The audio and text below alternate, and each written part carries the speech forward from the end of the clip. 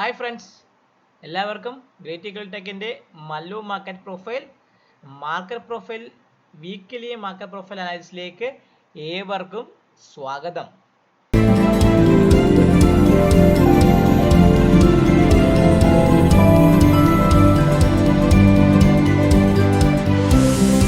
ഇന്ന് ഗുരുനാനക് ജയന്തിയാണ്. നമ്മുടെ മാർക്കറ്റൊക്കെ അവധിയാണ്, ഇന്ത്യൻ മാർക്കറ്റ് എല്ലാം അവധിയാണ്. അപ്പോൾ ഇന്ന് പൊതുവേ വരുന്ന ഒരു ജപ്പാൻ്റെ ഒരു GDP ഉണ്ടായിരുന്നു. അത് വളരെ നെഗറ്റീവായിട്ട് പ്രതീക്ഷിച്ച ജപ്പാൻ്റെ GDP ഒരു പോസിറ്റീവായിട്ട് വന്നിട്ടുണ്ട്. അതുകൂടാതെ നമ്മുടെ ചൈനയുടെ കുറച്ച് ഡേറ്റ വന്നിട്ടുണ്ടായിരുന്നു. അത് ചെറിയൊരു നെഗറ്റീവ് ഉണ്ടെങ്കിൽ കൂടി ചൈനയിലെ ഇൻഡസ്ട്രിയൽ പ്രൊഡക്ഷൻ കുറച്ചൊന്ന് കുറഞ്ഞിട്ടുണ്ട്. Y2Dയുടെ ഇൻഡസ്ട്രിയൽ സെയിം ആണ്. റീറ്റെയിൽ സെയിൽസ് കുറച്ച് കൂടി.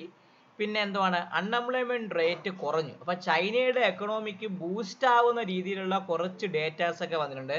അതുകൂടാതെ ജപ്പാന്റെ ഡേറ്റയും കുറച്ച് പോസിറ്റീവാണ്. എന്നാൽ കൂടെ GDP പ്രൈസ് വന്ന് കുറവാണെങ്കിൽ കൂടെ GDP ഇയർ ഓൺ ഇയറും GDP ക്വാർട്ടർ ഓൺ ക്വാർട്ടറും അതൊരു പോസിറ്റീവായ രീതിയിലാണ് വന്നിരിക്കുന്നത്.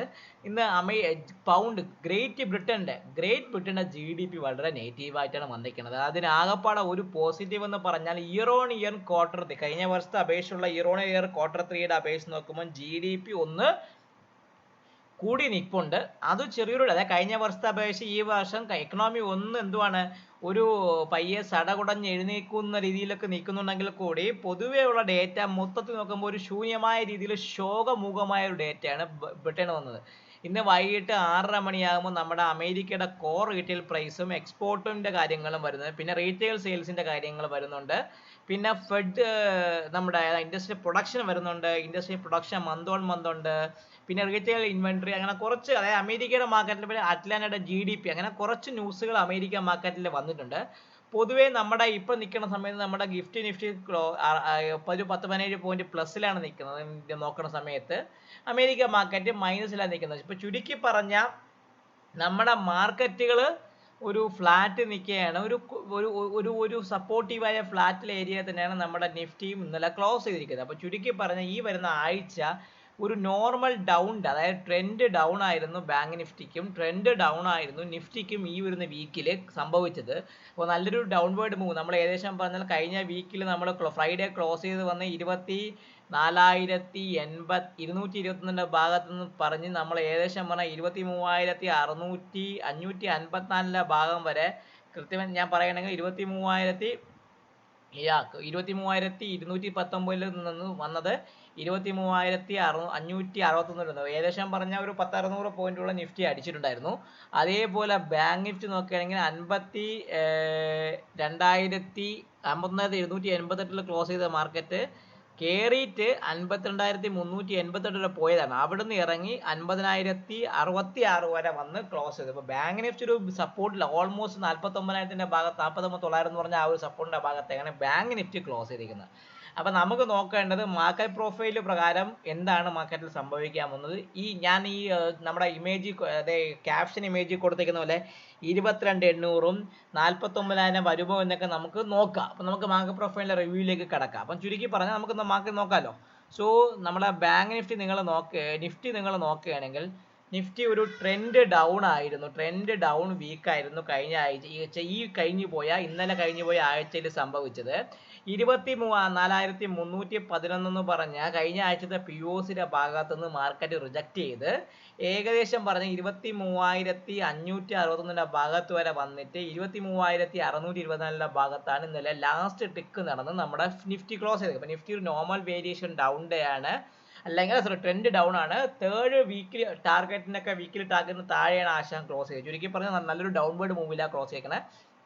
നിഫ്റ്റിയെ സംബന്ധിച്ച് 23,540 തൊട്ട് 23,200 വരെ സീരീസ് ഓഫ് സപ്പോർട്ടുകളുണ്ട്. കുറേ നിങ്ങൾ നോക്കിയാൽ HVN, LVN, സിംഗിൾ പ്രിന്റ്, വീണ്ടും HVN, LVN, HVN, LVN, HVN, അതിന് താഴെ 21,200. അത് പക്ഷേ ആക്ച്വലി പറയുകയാണെങ്കിൽ 23,600 താഴെ നമ്മുടെ മാർക്കറ്റ് നിൽക്കുകയാണെങ്കിൽ നെക്സ്റ്റ് POC എന്ന് പറയുന്നത് നിഫ്റ്റിയെ സംബന്ധിച്ച് ഈ വീക്കിലിയുടെ ടാർഗറ്റാണ് 22,788 ഭാഗം.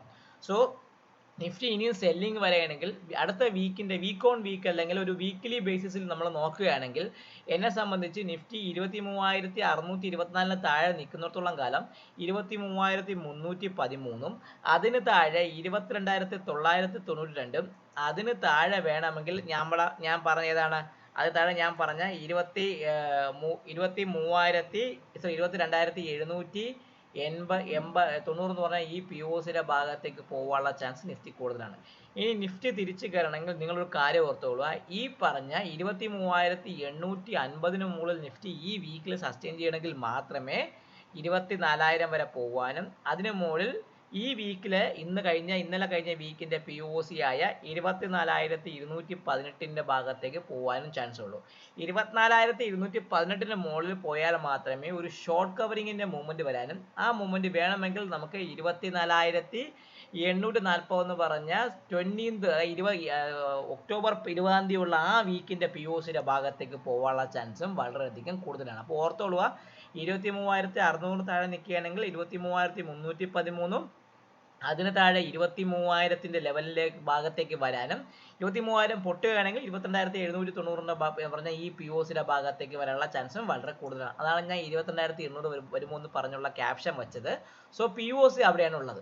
ഇനി ഓർത്തോളുക, 23,850 മുകളിൽ കയറിയാൽ 24,000, അതിന് മുകളിൽ 24,218, 24,218 മുകളിൽ സസ്റ്റെയിൻ ചെയ്യുമെങ്കിൽ ഒരു ചാൻസ് നമ്മുടെ ഒക്ടോബർ മാസം 20 വന്ന വീക്കിന്റെ POC ആയ 24,840 ഭാഗത്തേക്ക് പോകാനുള്ള ചാൻസ് വളരെയധികം നിഫ്റ്റിക്ക് കൂടുതലാണ്. അപ്പൊ നമുക്കിനി നോക്കേണ്ടത് ബാങ്ക് നിഫ്റ്റി, നമ്മുടെ ഏറ്റവും നല്ല സംഭവബഹുലമായ ബാങ്ക് നിഫ്റ്റി. നിങ്ങൾ നോക്കിയാൽ അറിയാം, ബാങ്ക് നിഫ്റ്റി 51,000 ഈ ഒരു ഞാനിത് വീക്കിലി കഴിഞ്ഞ കുറേ ആഴ്ചയായി, അതായത് 6-10 അതായത് ഒക്ടോബർ 6 മുതൽ തുടങ്ങിയ ഒരു കൺസോൾട്ടേഷൻ, ലാർജസ്റ്റ് കൺസോൾട്ടേഷന്റെ വാല്യൂ ഏരിയ ലോ ആയ 51,300 പൊട്ടി അവൻ ഡൗൺവേർഡ് വന്നു. കഴിഞ്ഞ ആ ഒരു വീക്കിന്റെ ലോവർ ഭാഗമായ 50,360 താഴെ ഏകദേശം ആ ഭാഗത്താണ് ബാങ്ക് നിഫ്റ്റി ക്ലോസ് ചെയ്യിക്കുന്നത്. സോ ബാങ്ക് നിഫ്റ്റിയെ സംബന്ധിച്ച് ബാങ്ക് നിഫ്റ്റിയുടെ POC നിൽക്കുന്നത് 50,360 ഭാഗത്തേക്ക് POC കൊണ്ടുവരാൻ ബാങ്ക് നിഫ്റ്റി സാധിച്ചു. അത് അർത്ഥം പറഞ്ഞാൽ ഷോർട്സ് ഒക്കെ ഓൾമോസ്റ്റ് ബുക്ക്ഡ് ആവാനുള്ള ഒരു ചാൻസ് നടന്നിട്ടുണ്ട്. സോ ഇനി ബാങ്ക് നിഫ്റ്റി നോക്കേണ്ടത് 50,000 താഴെ ബാങ്ക് നിഫ്റ്റി സസ്റ്റെയിൻ ചെയ്യുമെങ്കിൽ 49,827, അതിന് താഴെ സസ്റ്റെയിൻ ചെയ്യുമെങ്കിൽ ബാങ്ക് നിഫ്റ്റിയെ സംബന്ധിച്ച് 49,328 എന്ന് പറഞ്ഞാൽ ഈ POCയുടെ ഭാഗത്തേക്ക് വരാനുള്ള ചാൻസ് ബാങ്ക് നിഫ്റ്റിക്കുള്ളൂ. ചുരുക്കി പറഞ്ഞാൽ 50,000 താഴെ മാർക്കറ്റ് നിൽക്കുകയാണെങ്കിൽ ഈ 48,260, 48,700 ഒക്കെ വരാനുള്ള ചാൻസ് വളരെയധികം കൂടുതലാണ്. അപ്പോൾ വീക്കിലി ഇനി സെല്ലിംഗ് ബാങ്ക് നിഫ്റ്റിക്ക് വരികയാണെങ്കിൽ 49,827, അതിന് താഴെ 49,320 എന്ന് പറഞ്ഞാൽ 330 എന്ന് പറഞ്ഞാൽ ഈ POCയുടെ ഭാഗത്തേക്കും വീക്കിലി POCയുടെ ഭാഗത്തേക്കും ബാങ്ക് നിഫ്റ്റി വരാൻ ചാൻസ് കൂടുതലാണ്.